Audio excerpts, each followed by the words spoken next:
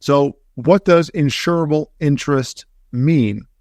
Well, just understand it's somebody that would financially or need to be financially taken care of or has an interest in the FERS retiree.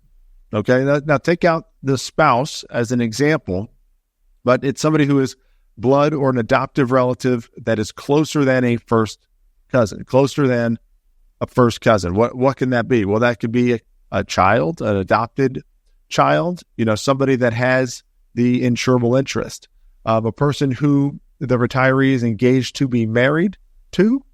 So if it's not a true spouse, right, they're not married yet, but you're engaged to be married, this person would have an insurable interest. A person with whom you're living in a relationship that would constitute a common law marriage in a jurisdiction that recognizes common law marriages. So it may not be just an engagement. It could be a common law marriage where that person has an insurable interest. Essentially, it's like they're a spouse, but they're not officially on paper. So these are the things. Now, there's a spouse or ex-spouse can be on here as well. And on the ex-spouse side, that just depends upon the divorce decree and what you worked out in most cases. But let's just say this is a non-spouse or ex-spouse insurable interest person. What would that look like? And I just said blood or adoptive relative closer than first cousin, person whom you're engaged to be married, or somebody that could be considered common law married to. They can have an insurable interest on you. And you can leave them, when you're filling out your retirement paperwork, a benefit.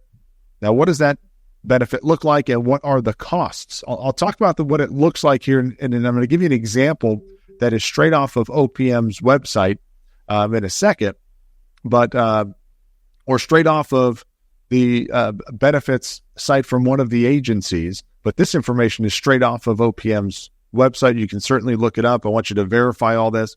But what are the costs for it? I said earlier, the cost for the traditional benefit is either 10% or 5%, depending upon whether you're going with the 50 or the 25% survivor. If you choose the insurable interest benefit, the cost will vary and can get pretty high depending on the age or age difference between you and the person with insurable interest.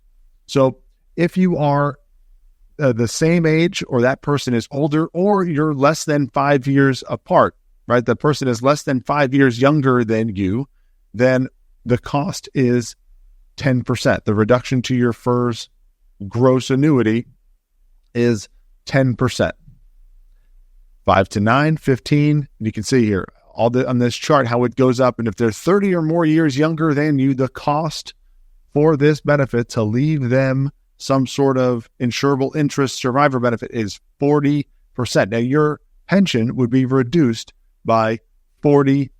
That is extremely high, very significant. It's going to affect your pension a lot. So just understand that the cost varies, and that cost actually is simple cost, right? It does not increase with cost of livings and things like that. I'm going to share with you an example, but the traditional survivor benefit, either the 5% or 10% cost, depending on which benefit you go with for your spouse, this cost can be a lot higher depending on the age of the person with insurable interest. So not only do they have to qualify from an insurable interest standpoint, they have to have insurable interest in you and be one of those things that we just talked about on the previous slide.